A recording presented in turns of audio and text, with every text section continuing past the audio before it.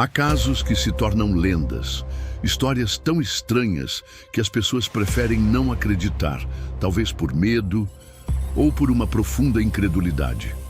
Mas quando a lenda tem um nome, um rosto e cicatrizes que contam a história, o que nos resta se não escutar? Hoje à noite vamos voltar para uma pequena cidade, no interior de Minas Gerais, em 1957. E com a luz da lua refletindo nos campos, vamos conhecer a história de Antônio Vilas Boas, um fazendeiro que saiu para trabalhar em uma noite de outubro e voltou com uma história que mudou a sua vida e a nossa. O caso de abdução alienígena do Brasil. A noite de 16 de outubro estava fria, mais do que o normal.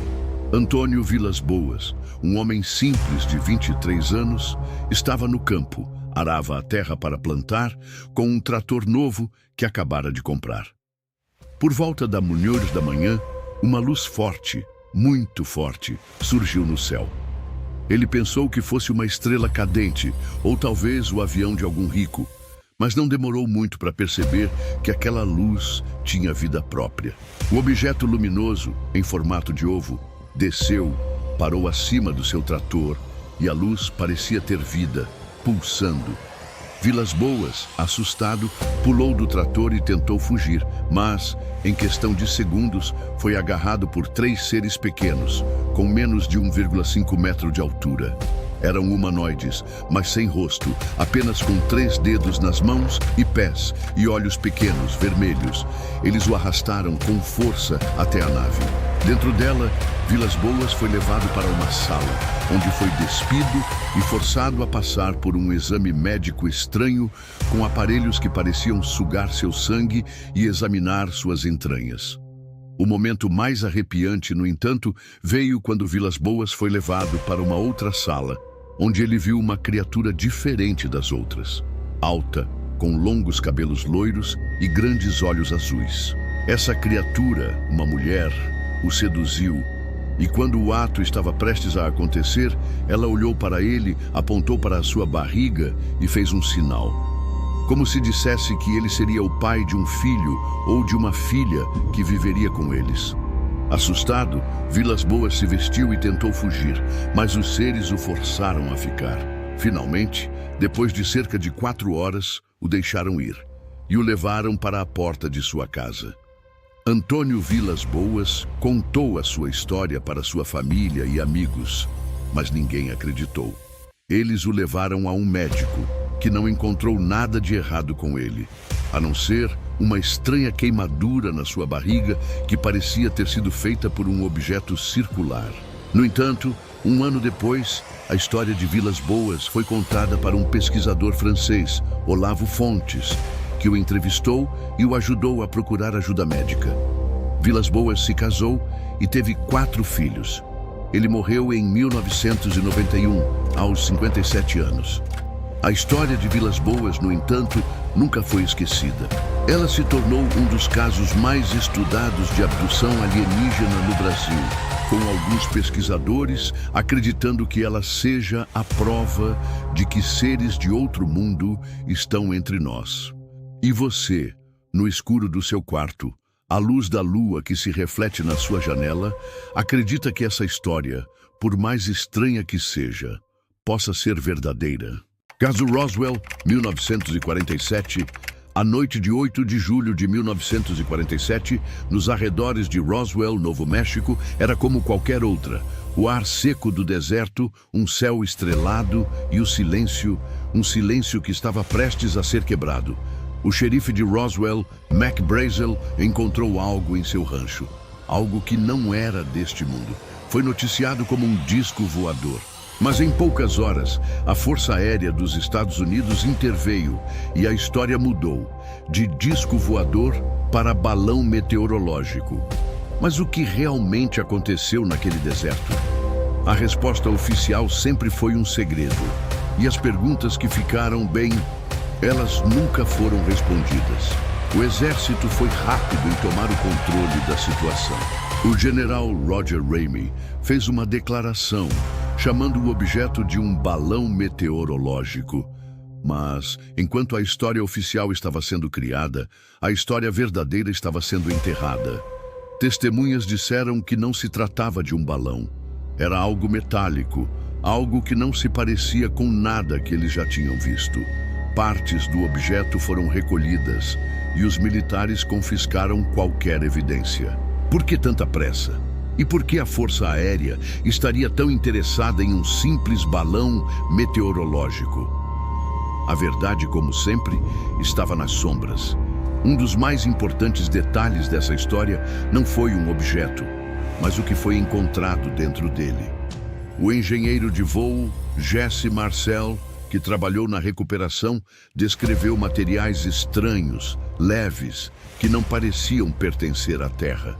Mas os rumores mais perturbadores vieram de testemunhas que afirmaram ter visto algo mais: corpos. Seres pequenos, com cabeças grandes e olhos escuros.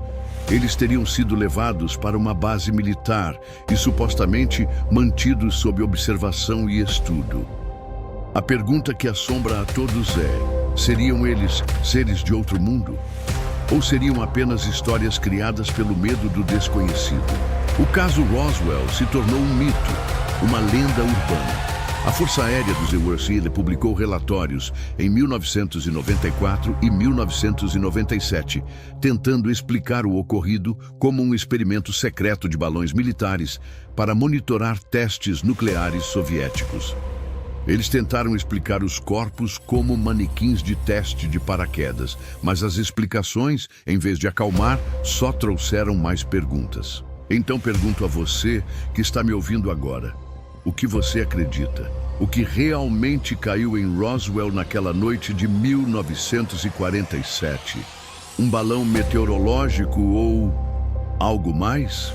Porque no fim das contas, a verdade não está naquilo que nos contaram, mas naquilo que escondem de nós. Travis Walton. A noite de 5 de novembro de 1975, no deserto do Arizona, parecia uma noite comum para uma equipe de lenhadores. Eles voltavam para casa após um longo dia de trabalho. A fogueira estava acesa, a conversa era descontraída. Mas o que eles viram? Bem, isso mudaria a vida de um deles para sempre. Uma luz intensa e pulsante pairava sobre as árvores. Era grande, brilhante, e não se parecia com nada que eles já tivessem visto. Um dos homens, Travis Walton, um jovem e corajoso lenhador, saiu do caminhão para investigar. Ele não sabia, mas estava prestes a cruzar uma linha invisível entre o nosso mundo e algo mais. Os seus amigos o viram ser atingido por um feixe de luz azul e cair no chão. Eles fugiram, e quando voltaram, Travis tinha desaparecido. Os amigos de Travis, em pânico, foram até a polícia e contaram a história mais inacreditável que um xerife já tinha ouvido. Um disco voador, um feixe de luz, um homem que desapareceu no ar. Eles foram imediatamente tratados como mentirosos, como se tivessem feito algo terrível a Travis. Uma enorme busca foi iniciada. A polícia e voluntários reviraram o deserto, mas não havia sinais, não havia rastro. A suspeita de que eles haviam cometido um crime só crescia. Onde estava Travis? O que realmente aconteceu com ele? A equipe passou por um teste de polígrafo e, para a surpresa de todos, passou. Isso não provou a história, mas provou que eles estavam dizendo a verdade. 5 dias se passaram. A esperança estava se esvaindo. E, de repente, uma ligação de telefone, uma voz fraca e assustada. Era Travis Walton. Ele estava de volta. Travis foi encontrado, desorientado, confuso e sem memória de nada do que tinha acontecido nos últimos 5 dias. Mas a memória logo retornaria e seria mais perturbadora do que qualquer um poderia imaginar. Ele descreveu uma experiência a bordo de uma nave espacial. Ele acordou deitado em uma mesa, cercado por seres humanoides, magros, com olhos grandes e escuros. Ele disse que foi examinado, assustado e que tentou lutar. A descrição de Travis do interior da nave dos seres e dos eventos que se seguiram é algo que até hoje choca e divide opiniões. Ele estava mentindo ou havia algo de extraordinário em sua história? Muitos especialistas e céticos tentaram desmentir a história de Travis, apontando contradições, mas nada disso o fez mudar de ideia. Ele manteve a sua história.